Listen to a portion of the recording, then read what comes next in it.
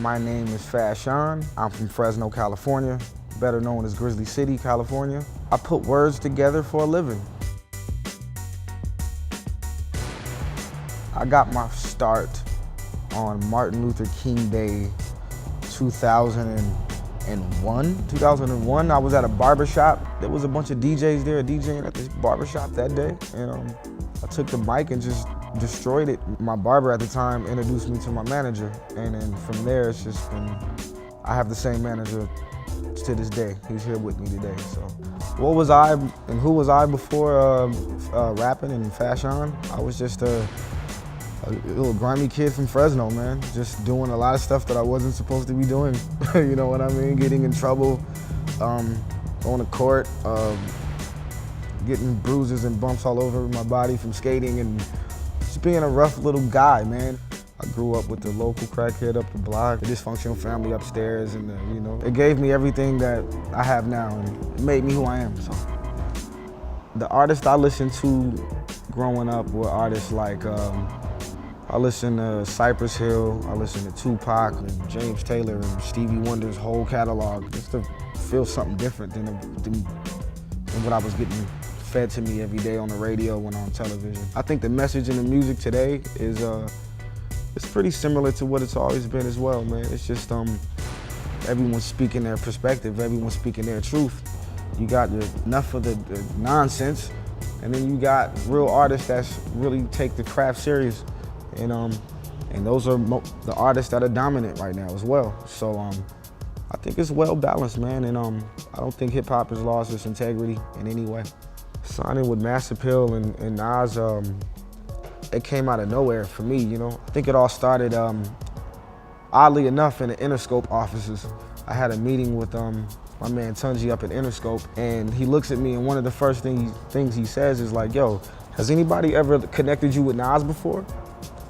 And I said no, and he just stopped the whole meeting right there and hit up Nas's people like mid-meeting. From then on, we later connected, and yeah, now I'm Mass Appeal.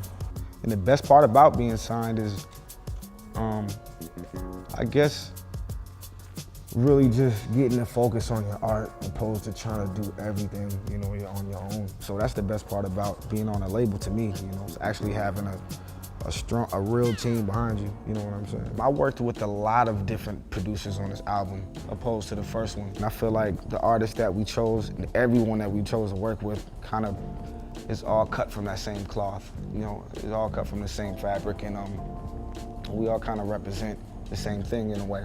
I wrote a song called Ecology on my first album, and which really just summarized in everything that I was going through and everything that I've saw up to that point. I wanted to expand on that idea and do a whole album that shows you the makings of the man you see today, you know what I mean? It started with me hearing a record when I was about 1 year old.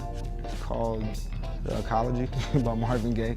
And yeah, that record kind of stayed with me my whole life. And I wanted to make a piece of art that was similar to it, that was just as socially aware and just as soulful and just as musical. So I had that thought in my head just throughout my whole life, and I always wanted to make a piece of music like that. Yeah, this album is meant to be felt, man, more than heard, you know what I mean? I think you can, when you put on the music and you actually experience it, you'll feel exactly what I felt when I was making it. I really believe that, for sure.